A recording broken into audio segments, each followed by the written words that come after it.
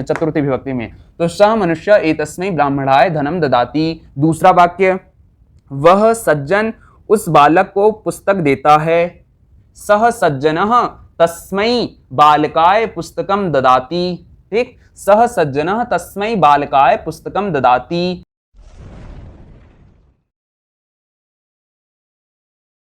ओम श्री परमात्मने नमः। भवतां भवतीनां च हार्दं स्वागतमस्ति अस्माकं यूट्यूब कुटुंबे योगी भव। आज मैं आप लोगों के समक्ष प्रारंभिक रचना अनुवाद कॉमेडी के 10वें अभ्यास को लेकर आया हूं और आप लोगों से क्षमा याचना भी चाहूँगा, दिल से आप लोगों से क्षमा याचना चाहूँगा कि बहुत दिन हो गए हमारे यूट्यूब चैनल योगी भवा पर कोई भी वीडियो नहीं आई, तो उसके लिए आप सभी लोगों से दिल की असीम गहराइयों से क्षमा याचना है।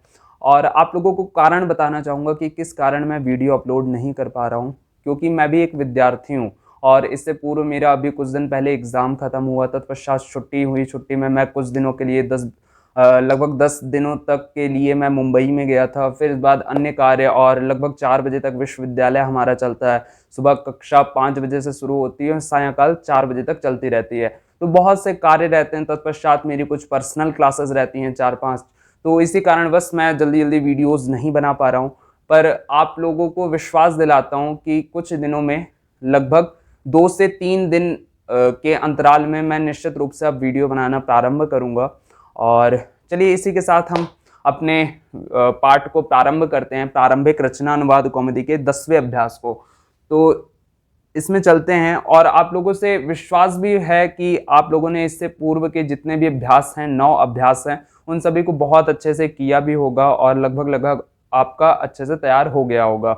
और आप लोगों से यही निवेदन है कि आप लोग 9 अभ्यास जिनके भी अच्छे से नहीं हुए हैं वो जाएं, पहले इस वीडियो को यहीं पे स्किप करें और स्किप करने के बाद वहाँ पे जहाँ पे भी आपको थोड़ी सी भी लग रहा है कि मुझे ये चीज़ नहीं समझ में आया, तो आप मुझसे प्रश्न के माध्यम से भी पूछ सकते हैं और उस शंका का समाधान आप अवश्य रूप से कीजिए, वरना आपको 10वां अभ्यास उचित प्रकार से समझ में नहीं आएगा। और बहुत से लोगों को मैं धन्यवाद ज्ञापित भी देना चाहूँगा और धैर्य को उनके मतलब दिल से धन्यवाद देना चाहूँगा कि वो इतने दिन से प्रतीक्षा कर रहे हैं कि सर आप वीडियो कब डालोगे। तो मैं आप लोगों से बताना चाहता हूँ, आप लोगों का धन्यवाद, आप मेरी वीडियो को इतना प्रेम देते हैं।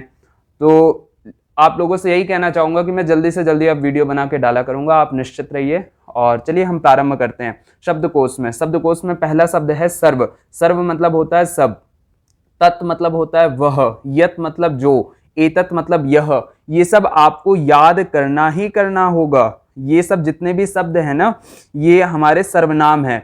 सर्व, तत्, यत, एतत, किम, ये जितने भी हैं सब सर्वनाम के अंतर्गत आते हैं। तो सर्व मतलब होता है सर्व, सब, सर्वम, सर्वे, सर्वाणी।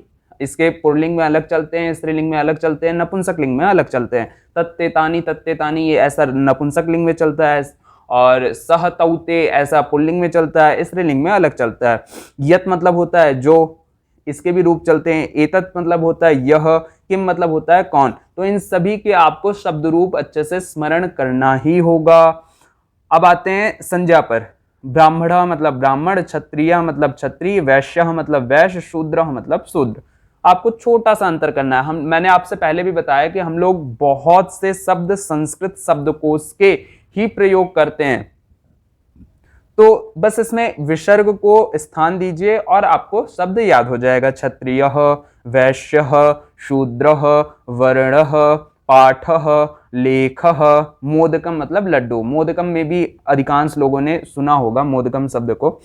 अधिकतर हमारे जितने भी टीवी सीरियल्स रहते हैं उन सब में ऐसे ऐसे शब्दों का प्रयोग किया जाता है। दुग्धम मतलब दूध, तो इसे आप अवश्य रूप से याद करिएगा। अब आते हैं क्रिया पर। अस मतलब होता है होना, अस्ति, स्ता, संति, असि, स्त, स्थ, अस्मि, स्वस्म, मैंने आप लोगों को पहले भी बता रखा है। दा मतलब होता है देना, ददाती इसका रूप ऐसे चलता है, देना। और धाव मतलब होता है दौड़ना, धावती, धावतः, धावंती।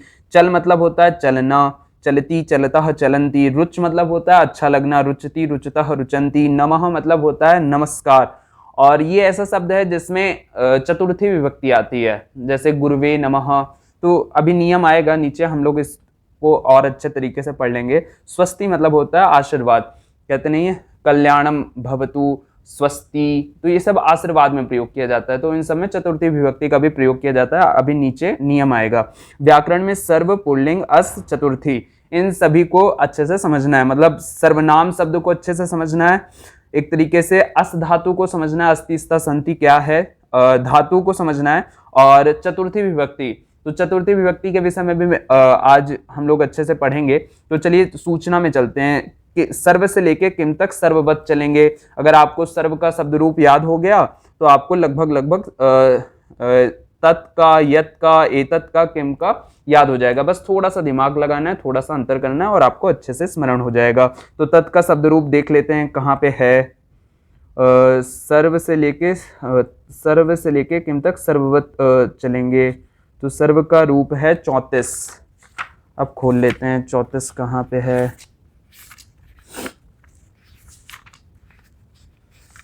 देखिए ये पुल्लिंग में दिया है, सर्वः सर्वौ सर्वे, सर्वा सर्वौ सर्वे, सर्वम सर्वौ सर्वान, ठीक, सर्वः सर्वौ सर्वे, सर्वम सर्वौ सर्वान, सर्वेण सर्वाभ्याम सर्वै, सर्वस्मै सर्वाभ्याम सर्वेभ्यः, सर्वस्मात् सर्वाभ्याम सर्वेभ्यः, सर्वस्य सर्वयोः सर्वेषां, सर्वस्मिन् सर्वयोः सर्वेषु। इसमें संबोधन नहीं होता है। फिर से एक बार उच्चारण ले लेते हैं, सर्वः सर्वौ सर्वे। कुछ लोग क्या होता है, किसी किसी का उच्चारण ऐसा होता है, लोक व्यवहार में प्राय करके अधिकांश लोग कहते हैं, सही है वो भी, पर उचित पद्धति यही है कि ए आई ओ औ होता है, ए ऐसा नहीं होता है, ए आई ओ औ। तो यहाँ पे भी ऐसे सर्वा सर्वौ, आप लोग अधिकांश लोग ऐसे कहते हैं, सर्वा सर्वो, सर्वो नहीं सर्वौ, ठीक, सर्वः सर्वौ सर्वे, सर्वम सर्वौ सर्वान, सर्वेण सर्वाभ्याम सर्वै, सर्वस्मै सर्वाभ्याम सर्वेभ्यः, सर्वस्मात् सर्वाभ्याम सर्वेभ्यः, सर्वस्य सर्वयोः सर्वेषां, सर्वस्मिन् सर्वयोः सर्वेषु। ठीक, तो आपको इसका अगर आप शब्द रूप अच्छे से स्मरण कर लोगे तो आपको तत् का भी याद हो जाएगा। जैसे तत् का कैसे है, सह तौते तम तौतान तीन ताभ्याम तई तस्मै ताभ्याम तेभ्यः, तस्मात् ताभ्याम तेभ्यः, तस्य तयो तेषां, तस्मिन् तयो तेषु। ये थोड़ा सा इसमें अंतर है, जैसे इसमें सर्वस्मिन् सर्वयो सर्वेषु है, इसमें तस्मिन् तयो तेषु है। यहाँ पे सर्वेण सर्वाभ्याम सर्वै है, यहाँ पे तेन ताभ्याम तई है। तो थोड़ा सा अपना दिमाग लगाना होगा और आपको तत् का भी याद हो जाएगा, यत का भी याद हो जाएगा, एतत् का भी याद हो जाएगा, किम का भी याद हो जाएगा। तो आप इसे अच्छे से स्मरण करिएगा। जहां पे भी दिक्कत, जहां पे भी आपको लगे कि ना समझ में आ रहा हो तो आप कमेंट बॉक्स के माध्यम से, इंस्टा के माध्यम से, व्हाट्सएप के माध्यम से, जहां पे भी आपको उचित लगे आप मुझसे पूछ सकते हैं इसके विषय में। आगे चलते हैं, यच्छ से लेके चल तक भवतीवत चलेगा। मैंने आपको पहले भी बता रखा और शायद पठ धातु का मैंने एक वीडियो बना रखा है, पठती पठता पठंती। अगर आपको ये याद हो जाएगा तो बहुत से धातु रूप आपको स्वतः ही याद हो जाएंगे। यच्छति यच्छता यच्छन्ति, यच्छसि यच्छता यच्छत, यच्छामि यच्छावः यच्छामः। ठीक, तो एक शब्द रूप आप धातु रूप आपको अच्छे से याद करना ही करना है। जैसे हम हस का देख लेते हैं, हसती हसतः हसंती, हससी हसथ हसथ, हसामी हसावह हसामह। ठीक, तो एक बार इसे याद कर लेंगे, अच्छे से याद हो जाएगा। इसी प्रकार से लोट लकार, हसतु हसताम हसंतु, हश हसतम हशत, हसानी हसाव हसाम, अहसत अहसताम अहसन, अहस अहसतम अहसत, अहसम अहसाव अहसाम। ठीक, तो इसे आप लोग अच्छे से याद करिएगा। इसी प्रकार से यच्छति यच्छता यच्छन्ति चलेगा अपना। और जितने भी इसमें धातु दे रखे हैं, कितने धातु हैं, अस अस्ति स्ता संति, दा का थोड़ा सा अलग है, दा को आपको देखना पड़ेगा अच्छे से। जैसे दा धातु हम देख लेते हैं इसमें कैसे दे रखा है। दा थोड़ी सी डिफिकल्ट है, इसलिए आप दा को बाद में भी याद कर सकते हैं, पर एक बार देखना जरूर चाहिए। रुचि जब आप लाएंगे ना किसी भी चीज में तो आपको अच्छे से जल्दी स्मरण हो जाएगी। जैसे इसमें दिया ददाती दत्तः ददती, थोड़ा सा अंतर है, मतलब ये थोड़ी सी अलग रूप में चलती है, इसलिए इसे याद करना जरूरी है। बाकी लोट लकार, लंग लकार, विधिलिंग लकार, लट लकार लगभग सेम है। तो पहले लट लकार को ही अच्छे से देखना बहुत जरूरी होता है। परीक्षाओं में अधिकतर दा धातु ही जल्दी पूछा जाता है। ददाती दत्तः ददती, ददाशी दत्थः दत्थ, ददामी दद्वः दद्मः। ठीक। और अधिकांश लोग ये कंफ्यूज हो जाते हैं, यार ये तो दद्व लिखा है तो इसमें आधा द आप पढ़ रहे हो, व पूरा पढ़ रहे हो। ऐसे ही होता है, जो शब्द ऊपर रहता है वो आधा पढ़ा जाता है, जो शब्द नीचे रहता है वो पूरा रहता है, तो उसे पूरा पढ़ा जाता है, दद्वह। ठीक, तो चलिए अब आगे चलते हैं। सर्व शब्द के पुल्लिंग के पूरे रूप स्मरण करो। सर्व धातु अभी अभी हमने देख रखा है, सर्वम सर्वे, सर्वा सर्वौ सर्वे ऐसे करके था। इसमें आज सिर्फ हम लोग पुल्लिंग का ही बात कर रहे हैं, मतलब जितने भी पुल्लिंग धातुएं हैं उन्हीं को देख रहे हैं। सर्व के स्त्रीलिंग में भी चलते हैं, सर्व के नपुंसक लिंग में भी चलते हैं, सर्वम सर्वे सर्वाणी, कुछ इस प्रकार से।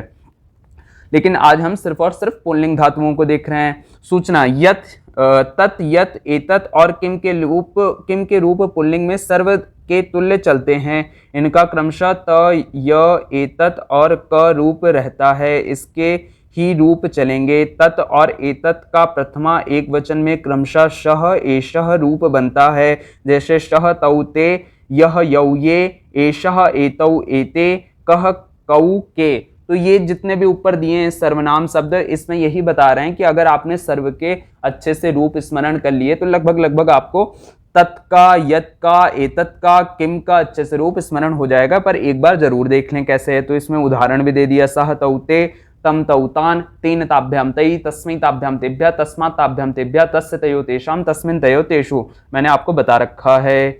इसी प्रकार से इन्होंने यह यौ ये का भी दे दिया है, एषः एतौ एते, ये सब पुल्लिंग है, कंफ्यूज मत हो जाइएगा, वरना आप कहेंगे एषः बालकः, एषा बालिका की जगह पे कह देंगे एषा लेखनी, तो यहाँ पे नहीं, ये नपुंसक के लिए नपुंसक का प्रयोग किया जाता है, एषः पुस्तकम नहीं कहेंगे, ठीक है, एतत् पुस्तकम कहेंगे।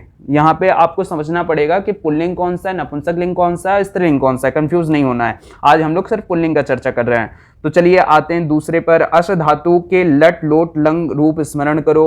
अस्ति स्ता संति, असि स्ता स्त, अस्मि स्व स्म, अस्तु स्ताम संतु, एधि स्तम स्त, असानि शावा सामा, आसीत आस्ताम आसन, आशीह आस्तम आस्ता, आसम आश्व आश्म। तो आप लोग इसका रूप लट लोट लंग में अवश्य रूप से स्मरण कर लीजिए। लट लकार वर्तमान काल, लोट लकार हमारा आज्या अर्थ में होता है, आज्या देना या लेने अर्थ में होता है, और हमारा जो लंग लकार होता है वो भूतकाल में होता है। तो चलिए अब आगे चलते हैं। द यच्छ के रूप भवती के तुल्य चलेंगे, परंतु लिट में दास्यति चलता है। देखिए अधिकांश धातुएं लिट लकार में अर्थात भविष्यत काल में लिट लकार में चेंज हो जाती हैं। जैसे इसमें दास्यति, दास्यता, दास्यन्ति, दास्यसि, दास्यता, दास्यतः, दास्यामि, दास्याव, दास्याम, कुछ इस प्रकार से रूप चलता है। तो आगे चलते हैं अब। यच्छति, यच्छतु, आपको लट लकार, लोट लकार और तीसरा लंग लकार में आपको आज के इस पाठ में याद अच्छे से करना है। अब रुच का लट में प्रथमा एक वचन में रोचते, रोचेते, रोचनते, ये कुछ इस प्रकार से चलते हैं। तो आपको इसे भी देखना है, रोचते, रोचेते, रोचनते, रोचसे, रोचेते, रोचद्भे, रोचे, रोचावहे, रोचामहे, कुछ इस प्रकार से रूप चलता है। ये हमारा हो गया। जैसे एक परस्मैपद पद होता है, एक आत्मनेपद पद होता है, सेवते, सेविते, सेवंते, सेवसे, सेविथे, सेवद्भे, सेवे, सेवाभय, सेवामय। तो कुछ इस प्रकार से ये बता रहे हैं। आगे चलते हैं। नियम नंबर 20। आशा और विश्वास है कि आप लोगों ने अभी तक के जितने भी पुराने 19 नियम आए हैं उन्हें अच्छे से समझा होगा, स्मरण भी किया होगा, जाना होगा, और उनका प्रयोग भी अपने भाषा में, अपने बातचीत में अवश्य रूप से किया करें।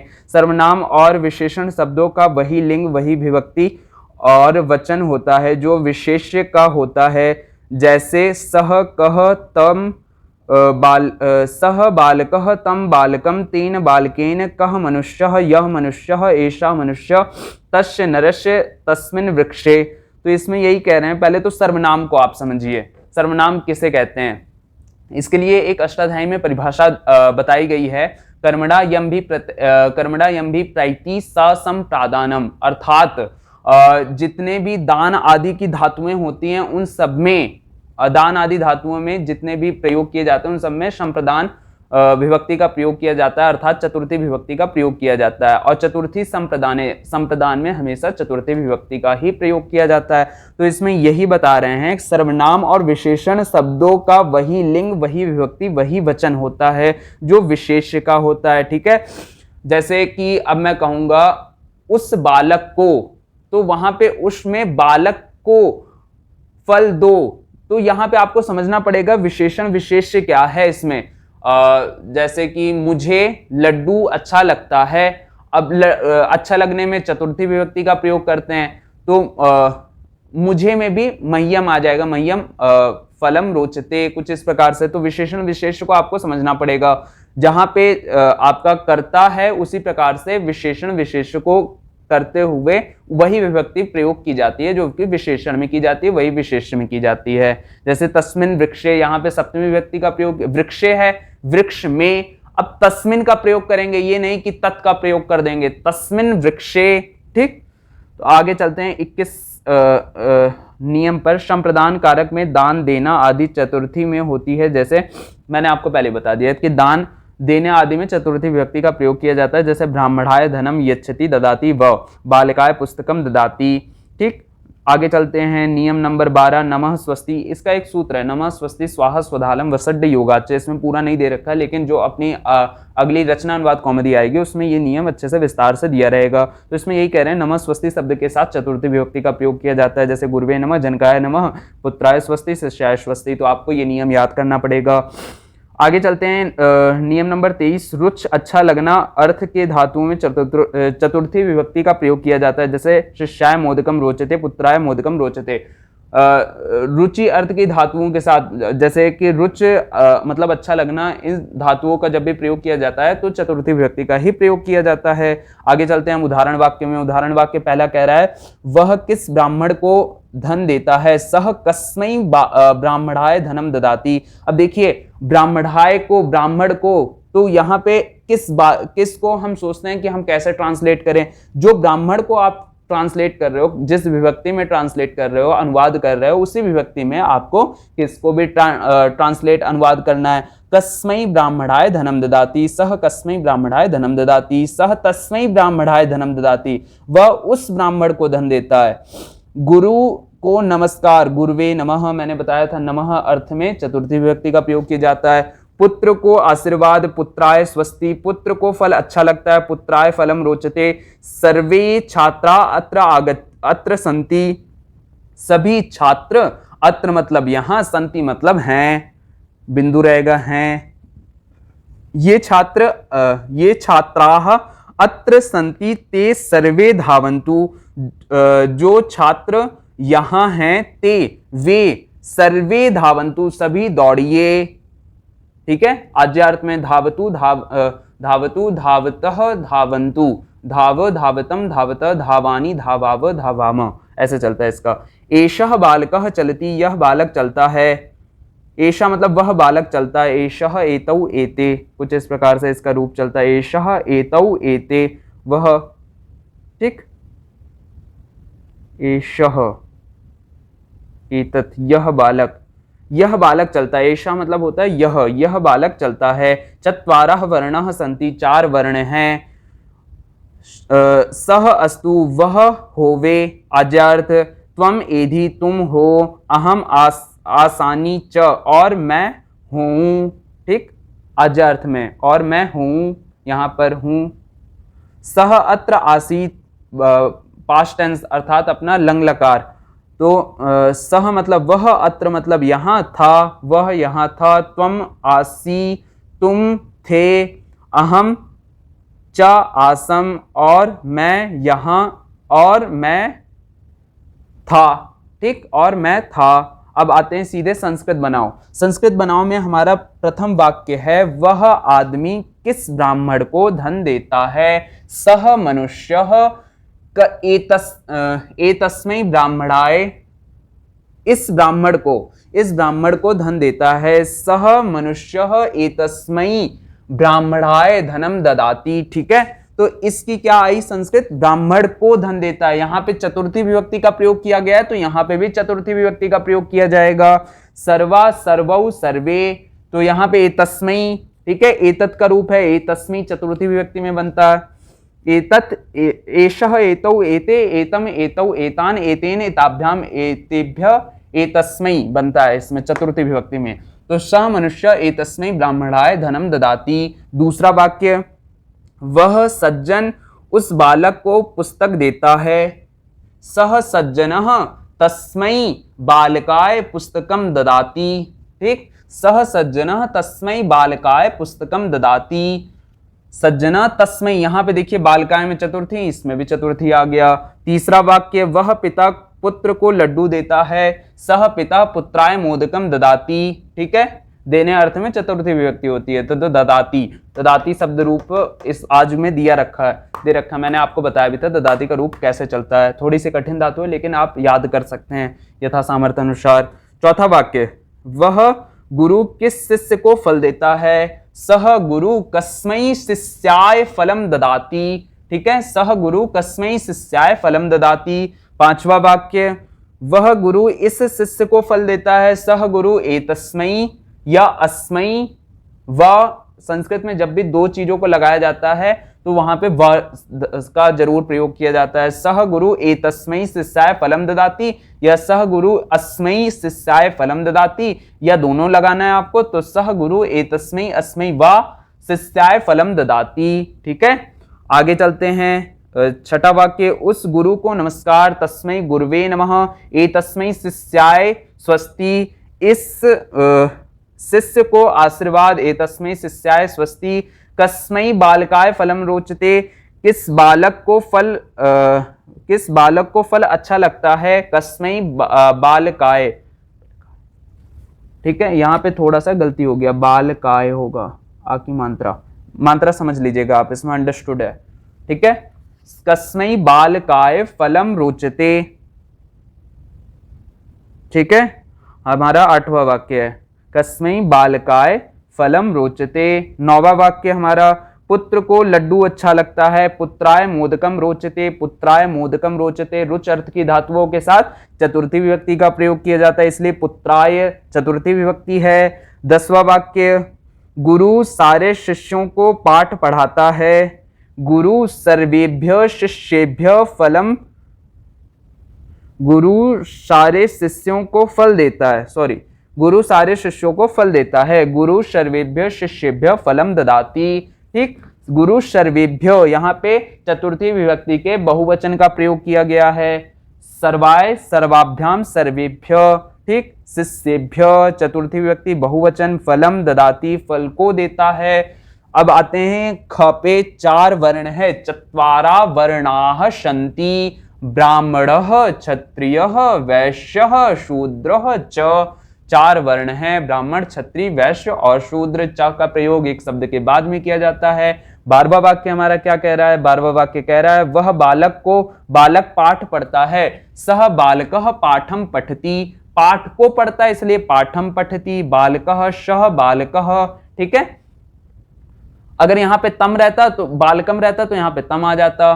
ठीक है, यहाँ पे बालकाय आता तो यहाँ पे कस्मै या फिर अपना एतस्मै, जो भी आप प्रयोग करना चाहें, मतलब इसके अनुसार ये चीज चलता है। ब्राह्मणाय के अनुसार एतस्मै प्रयोग किया जाता है, बालकाय के अनुसार तस्मै प्रयोग किया जाता है, तो आपको ये चीज समझना पड़ेगा। 13वां वाक्य हमारा कह रहा है, वह शिष्य लेख लिखता है, स शिष्यः लेखम लिखति, सह शिष्यः लेखम लिखति। आगे चलते हैं 14वें वाक्य पर। 14वां वाक्य हमारा कहता है, वह शिशु चलता है, सह शिशुः चलति, सह शिशु चलति। 15वां वाक्य हमारा कह रहा है कि वह क्षत्रिय दौड़ता है, सह अयम या एषा व। देखिए यहाँ पे एषा का भी प्रयोग कर सकते हैं, वह ही मतलब होता, अयम का भी प्रयोग करेंगे तो वह ही होगा, और इसमें आधा म इसलिए लगाया क्योंकि सामने अच है। वह क्षत्रिय धावती। ठीक, वह क्षत्रिय भागता है, दौड़ता है। वह है, स अस्ति, त्वम असी, तुम हो, और अहम अत्र अस्मि, मैं यहाँ हूं। सह तत्र अस्तु, वह वहां हो। त्वम अत्र एधि, तुम यहाँ हो। अहम अत्रैव आशानि, मैं यहाँ हूं। ठीक, आज्ञा ले रहा है, इसमें आज्ञा देना या लेने अर्थ में। सह अत्र आसीत, वह यहाँ था। त्वम कुत्र आशीहि, तुम कहाँ थे। अहम अत्रैव आशम, मैं यहाँ था। ठीक है, यहाँ पे खत्म हो गया। अत्रैव, मैं यहाँ ही था। ठीक, 24वां वाक्य हमारा खत्म हो गया। आप लोगों से निवेदन है कि इसे एक वचन से द्विवचन में भी बदलिए, द्विवचन से बहुवचन में भी बदलिए, तभी आपकी विद्या का विस्तार हो सकेगा और आप अच्छे से अच्छे तरीके से अनुवाद कर सकेंगे। देखिए यहाँ पे मैंने कुछ चीजों को लिखा है। सर्व पुल्लिंग 34 पृष्ठ नंबर पे आपको अच्छे से याद करना है। भू को पांचों लकार में, भवती भवता भवंती भवतु भवताम भवंतु, अभवत अभवताम अभवन, और भवेद भवेताम भवेयु, भविष्यति भविष्यता भविष्यन्ति, आपको सभी लकारों में अच्छे से याद करना है। अस धातु को भी सभी लकारों में, अस्ति स्ता संति, सभी लकारों में अच्छे से याद करना है। चतुर्थी विभक्ति का आज प्रयोग किया गया है, जैसे रामः रामौ रामः, रामम रामौ रामान, रामेण रामभ्याम रामई, रामाय रामभ्याम रामेभ्य। तो रामाय रामभ्याम रामेभ्य जो है चतुर्थी विभक्ति, इसका ही ज्यादातर प्रयोग आज के पाठ में किया गया है। द धातु को भी पांचों लकार में याद करना है। आपको थोड़ा सा डिफिकल्ट है, अगर आप करना चाहें, इच्छुकता है तो आप अवश्य रूप से करिए। अब सीधे चलते हैं अशुद्ध वाक्य को शुद्ध करना। जैसे लिखा है तम ब्राह्मणम धनम ददाति, मैंने कहा है दान देने अर्थ में चतुर्थी विभक्ति का प्रयोग किया जाता है। तस्मै ब्राह्मणाय धनम ददाति, ठीक है। कम बालकम फलम रोचते, तो यहाँ पे रुच अर्थ की धातुओं के साथ चतुर्थी विभक्ति का, तो कस्मै बालकाय फलम रोचते। गुरुम नमः लिखा है, तो नमः अर्थ की धातुओं के साथ चतुर्थी विभक्ति का प्रयोग किया जाता है, तो गुरुवे नमः। शिष्याय स्वस्ति, शिष्यम स्वस्ति लिखा है, तो शिष्याय स्वस्ति चतुर्थी विभक्ति का प्रयोग। नमः स्वस्ति स्वाहा स्वधालम वषड् योगाच अभ्यास, इसे बहुवचन में बदलो, बहुवचन में तो आपको एक वचन, द्विवचन, बहुवचन तीनों में अच्छे से बदलना है। जैसे यहाँ पे स अस्ति तौ अस्तः ते अस्ति स्ता संति ते संति, ऐसे त्वम को भी बदलना है, त्वम युवाम यूयम बदलना है, इसमें अस्ति स्ता संति, अस्ति स्ता स्ता, अस्मि स्वस्मो बदलना है। तो आपको इस प्रकार से सभी वाक्यों को एक वचन, द्विवचन, बहुवचन में भी बदलना है। तो यहीं पे हमारे पाठ समाप्त होता है, 10वां पाठ। और जल्द से जल्द मैं अपने 11वें पाठ को भी ले आऊंगा, प्रारंभिक रचनानुवाद कॉमेडी को। और आप लोगों से निवेदन करूंगा कि अब हमारे लगभग 10 पाठ समाप्त हो चुके हैं। आप लोग एक बार ऊपर से लेके 10 पाठों को और अच्छे तरीके से, मजबूती के साथ अच्छे से पक्का करते चलिए कि आपको कोई भी एक भी नियम किसी भी प्रकार से विस्मृत ना हो। कोई भी आपको शब्दकोश में शब्द ऐसा ना रहे कि आपको याद ना हो, आपको एकदम अच्छे से वो शब्द रूप बैठ जाए आपके दिमाग में। तो आपको अच्छे से, आप लोगों का मतलब एज ए होमवर्क यही है, 11वां पाठ मैं तभी बनाऊंगा जब आपका 10वां पाठ, 10 पाठ आप बहुत अच्छे से कर लो। और अगर जिन्हें ना समस्या उत्पन्न हो रही है, नहीं समझ में आ रहा है कुछ, तो आप व्हाट्सएप के माध्यम से, इंस्टाग्राम के माध्यम से, फेसबुक के माध्यम से, जहां पे भी आपको उचित लगे आप मुझसे बात कर सकते हो और अपने शंकाओं का समाधान करवा सकते हो। और तो आप लोगों से यही निवेदन है, आप पढ़ते रहिए, बढ़ते रहिए। चलिए इसी आशाओं और विश्वास के साथ कि आपको मेरा यह पाठ अच्छा लगा होगा, हम अपने वीडियो को यहीं पे समाप्त करते हैं। अगर वीडियो अच्छी लगे तो ज़्यादा से ज़्यादा इसे लाइक करिए, कमेंट करिए, शेयर करिए अपने परिवारजनों के साथ, मित्रगणों के साथ। इसे अवश्य रूप से इसे शेयर जरूर से जरूर किया करिए, ताकि वो भी उचित प्रकार से संस्कृत को सीख सकें, समझ सकें, मातृभाषा से जुड़ सकें। तो चलिए हम यहीं पे अपने वीडियो को समाप्त करते हैं। आशा और विश्वास है कि आपको आज का जो हमारा पाठ है वह अच्छा लगा होगा। ओम श्री परमात्मने नमः। धन्यवाद आप सभी लोगों का।